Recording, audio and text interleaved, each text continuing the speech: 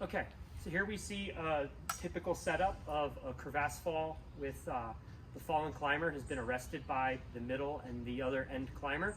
This is currently set up in a 3-person travel. It's very similar to the 4-person travel, it's just the spacing is a little different. We're gonna use the 10 minus method. So 10 minus the amount of people on the rope team is gonna equal how many arms length of rope in between climbers. The end climbers are always gonna have a little bit extra rope on them. We're gonna use that excess rope to effect our rescue. So what we have here is our middle climber who is tied to the rope on a butterfly knot. They've arrested that fall and they've been able to put in one picket to start. That picket is usually going to be whatever's fastest because for now they're holding this entire load of this fallen climber. So it's probably going to be a vertical picket, and then they in the arrest position are actually serving as that backup to the anchor. The top climber is then going to come down to them. They're going to check to make sure that they're still holding that fall, and they're going to get to work placing a second picket. That second picket is going to create our equalized system, and it should be, when at all possible, the stronger orientation, which is going to be the T-slot dead man orientation. Because we already have one in place with a climber backing it up, we can take a little bit extra time to dig that T-slot. Or if we're on ice, we can use ice screws. Or if it's just really stout cascade concrete, we can just go 2 vertical pickets as well. But we're going to strive to bury those pickets all the way, so we're not creating a cantilever force on those pickets. So as you can see here, this is the climbing strand. This strand is going to be extremely tight because it's holding that climber's fall, and it's also going to be most likely fit into this lip, especially considering the fact that there's probably a few inches of uncompacted snow on top of that glacial ice, and then glacial ice is layered. So it's highly probable that this rope is going to be essentially ineffective.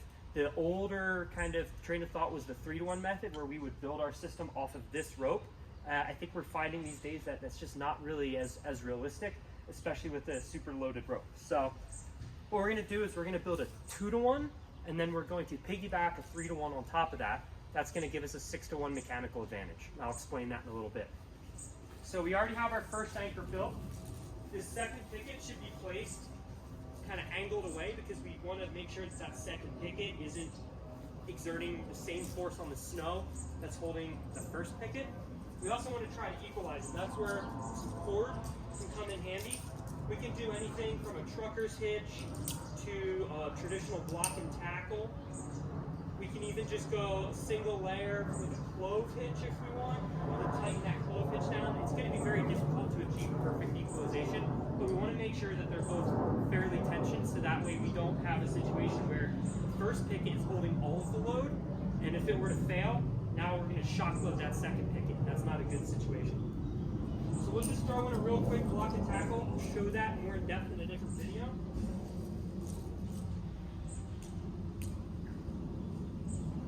This carabiner that was originally attached to the middle climber, that's going to become our new master point carabiner.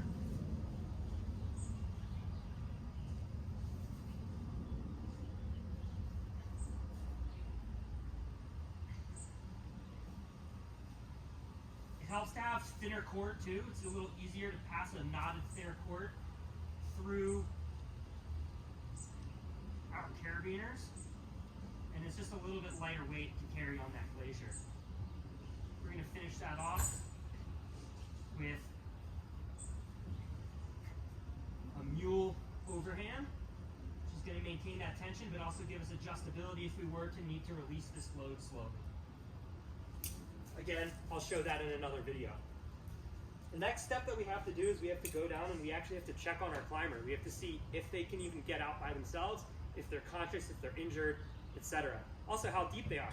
We know that this is 7 rope lengths, or 7 arm lengths of rope, so theoretically, you know, if we've held the fall kind of where we did, they shouldn't be any more than half the length of that span of rope, but you know, we want to double check, make sure they're not bottle corked into that crevasse. So what we're going to do is, I don't know, well, all we know is he punched through, so I don't know what this area looks like in terms of safety, so we're going to do 2 things. First and foremost, I'm going to come out of my coils. I like coming out of my coils up here at the anchor spot. I'm going to leave myself attached right here because that's technically what's attaching me to the system, but I can come out of the rest of the coils. The cleaner we can make this, the easier rope management is going to be, especially in a stressful situation. So We never drop our coils on the ground because that's how we get knotted messes. So we're just gonna one at a time flake our coils.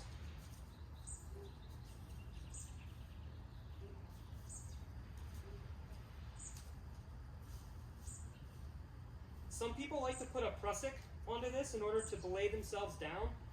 The problem is that, again, if it's bit into the snow, you're not even going to be able to get that prusik around it. And also, it really restricts movement because unless you have a super long prusik, you have very limited mobility. So what we're going to do, I can untie from this, but again, we're staying attached on that for now. I can leave the back of my 8 in place because all that's going to do is close the system, which we want. I'm going to throw myself into the back side of this rope. I'm going to belay myself down with what's called a munter hitch.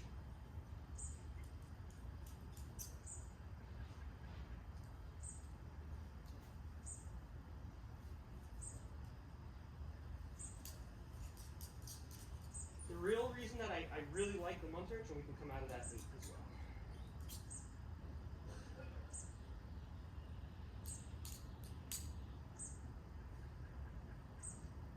Main reason I like that munter is because if we do get down there and we realize that now we have to lower into the crevasse, we're already on a lowering system theoretically. While it's kind of difficult to rappel with a munter, it's possible.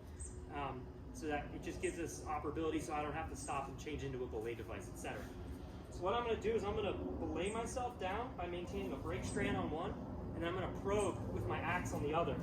It also helps at this point because now that we have 2 anchors, that partner has been able to come off of the self-arrest. I'm actually going to take their axe as well, and I'll show you there's a reason for that. So we can probe our way down. Notice I'm completely belaying myself off of the back side of this knot, off the back side of this anchor strand here.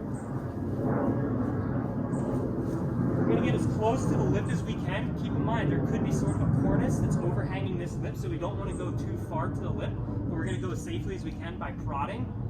All right, we can sink our axe into the snow. Before I start working around this lip, it's really important. I'm going to tie myself off with an MMO, which is a munter mule overhand.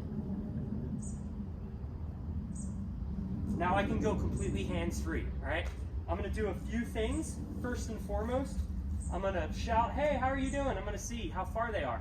If they're just a few feet into the crevasse and they just need a little bit of assistance coming out, either A, they can climb out and I can just put a hand on them, or we can just go with a 2-to-1. We don't need to expand it into 3-to-1 if they can assist getting out. Not every crevasse fall is an overhung crevasse fall. There might be snow or debris inside of that crevasse. So yeah, it's just gonna, our tactic is gonna be based off of the situation that we have. So I'm gonna shout down to them. They're conscious, but they're in pretty deep. Maybe they have a broken ankle and they're not able to climb out. So I'm gonna take a large locking carabiner. I wanna make sure too, especially if they're injured, possibly hypothermic, I want to make sure I'm communicating with them by name because you're naturally going to respond to your name even kind of right until you're out. So I'm just going to shout, "Hey, John, I'm going to throw you a carabiner, put it onto your belay loop and lock it down." Helps since we dropped our coils up there. I'm going to make some butterfly coils in my hand, almost like when you're throwing the rope. It's going to make it a little bit easier to throw this carabiner down to them. Now I'm going to toss this down to them. They're going to attach that onto their belay loop.